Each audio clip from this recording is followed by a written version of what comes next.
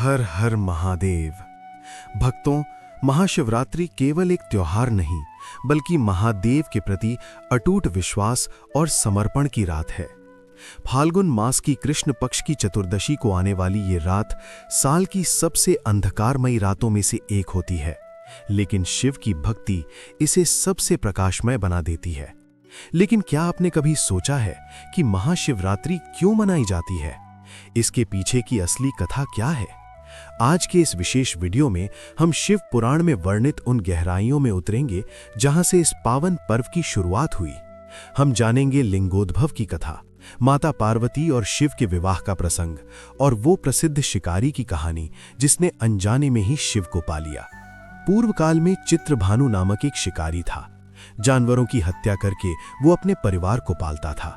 वो एक साहूकार का कर्जदार था, लेकिन उसका ऋण समय पर न चुका सका। क्रोधित साहूकार ने शिकारी को शिव मठ में बंदी बना लिया। संयोग से उस दिन शिवरात्रि थी। शिकारी ध्यान मग्न होकर शिव संबंधी धार्मिक बातें सुनता रहा। चतुर्दशी को उसने शिवरात्रि व्रत की कथा भी सुनी। शाम होते ही साहूकार ने उसे अपने पास बुलाया और ऋण चुकाने के विषय में बात की। शिकारी अगले दिन सारा ऋण लौटा देने का वचन देकर बंधन से छूट गया। अपनी दिनचर्या की भांति वो जंगल में शिकार के लिए निकला, लेकिन दिन भर बंदी गृह में रहने के कारण भूख प्यास से व्याकुल था। शिकार खोजता हुआ वो बहुत दूर निकल गया। जब अंधकार हो गया तो उसने विचार किया कि रात जंगल में ही बितानी पड़ेगी। वो वन एक तालाब के किनारे एक बेल के पेड़ पर चढ़कर रात बीतने का इंतजार करने लगा। बिल्व वृक्ष के नीचे शिवलिंग था जो बिल्व पत्रों से ढका हुआ था। शिकारी को उसका पता न चला। पड़ाव बनाते समय उसने जो टहनियां तोड़ी वे संयोग से शिवलिंग पर गिरती चली गईं। इस प्रकार दिन भर भूखे प्यासे शिकारी का व्रत भी हो गया और शिवलिंग पर बिल्व पत्र भी चढ़ गए।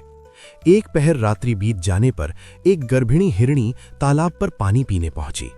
शिकारी ने धनुष पर तीर चढ़ाकर ज्यों ही प्रत्यंचा खींची, हिरणी बोली, मैं गर्भिणी हूं, शीघ्र ही प्रसव करूंगी। तुम एक साथ दो जीवों की हत्या करोगे जो ठीक नहीं है। मैं बच्चे को जन्म देकर शीघ्र ही तुम्हारे समक्ष प्रस्तुत हो जाऊंगी, तब मार लेना। शिकारी ने प्रत्यंचा ढीली कर दी और हिरणी जंगली झाड़ियों में लुप्त हो गई। प्रत्यंचा चढ़ाने तथा ढीली करने के वक्त कुछ बिल्वपत्र अनायास ही टूटकर शिवलिंग पर गिर गए। इस प्रकार उससे अनजाने में ही प्रथम प्रहर का पूजन भी संपन्न हो गया। कुछ ही देर बाद एक और हिरणी उधर से निकली। शिकारी की प्रसन्नता का ठिकाना ना रहा। समीप आने पर उसने धनुष पर बाण चढ़ाया।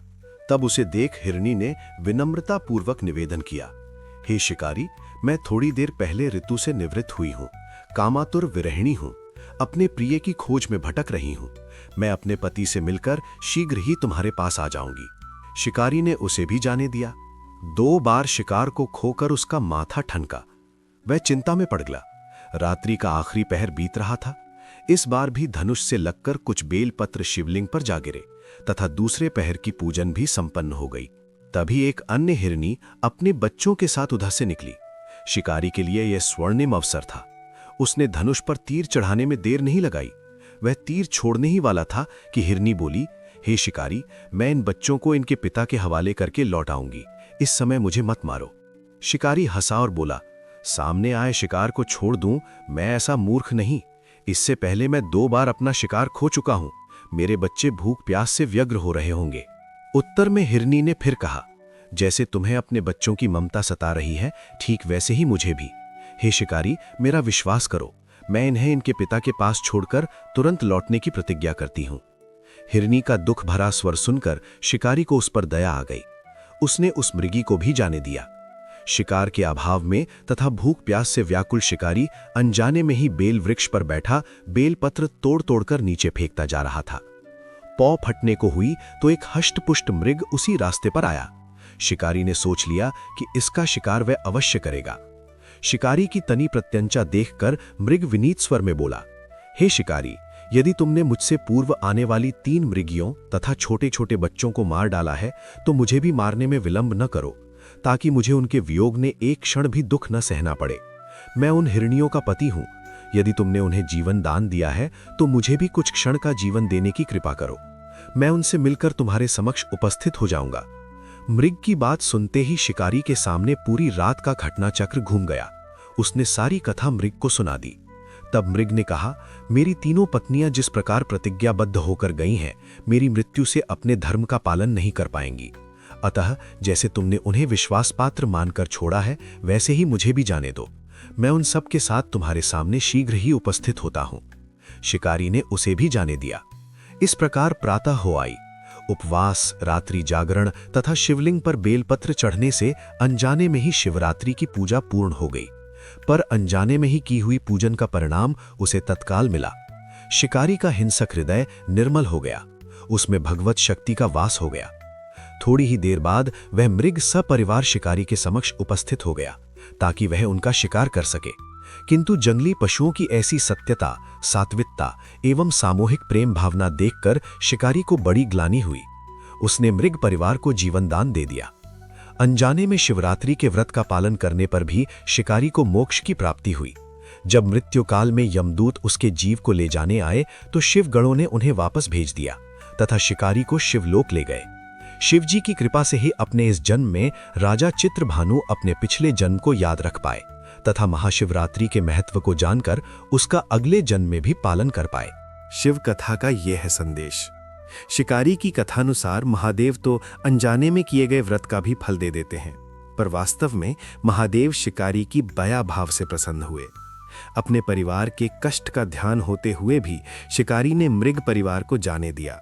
ये करुणा ही वस्तुतः उस शिकारी को उन पंडित एवं पुजारियों से उत्कृष्ट बना देती है जो कि सिर्फ रात्रि जागरण, उपवास एवं दूध, दही, बेलपत्र आदि द्वारा शिव को प्रसन्न कर लेना चाहते हैं।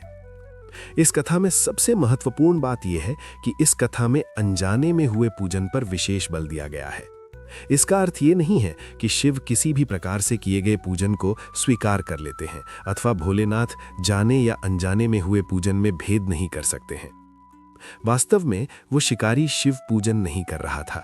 इसका अर्थ ये भी हुआ कि वो किसी तरह के किसी फल की कामना भी नहीं कर रहा था। उसने मृग परिवार को समय एवं जीवन दान दिया जो कि शिव पूजन के समान है। शिव का अर्थ ही कल्याण होता है।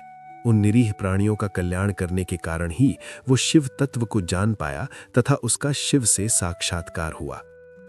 परोपकार करने के लिए महाशिवरात्रि का दिवस होना भी आवश्यक नहीं है। पुराण में 4 प्रकार के शिवरात्रि पूजन का वर्णन है: मासिक शिवरात्रि, प्रथम आदि शिवरात्रि तथा महाशिवरात्रि। पुराण वर्णित अंतिम शिवरात्रि है नित्य शिवरात्रि। वस्तुतः प्रत्येक रात्रि ही शिवरात्रि है।